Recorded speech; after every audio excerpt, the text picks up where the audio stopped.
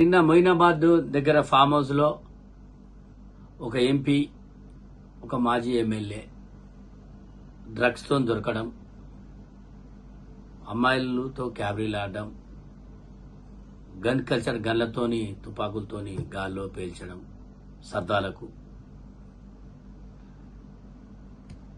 విదేశీ మద్యం బాటిళ్లతో వాడుకుంటూ ఒక ఫారెన్ కల్చర్ ని మరి తెలంగాణ ప్రజలకు ఈ యొక్క కల్చర్ ని చూపించడం ఒక రాజకీయ నాయకులండి, ఇది సరికాదు. ఇటువంటి వారు గతంలో కూడా ఎన్నో ఆరోపణలు వీరి మీద. ఇటువంటి నాయకులను పార్టీని సస్పెండ్ చేయాలి, పార్లమెంటు సభ్యత్వాన్ని రద్దు చేయాల్సిందిగా నేను పార్లమెంట్ సెక్రటరీని కోరుతున్నాను. ఈ యొక్క కల్చర్ మంచిది కాదు.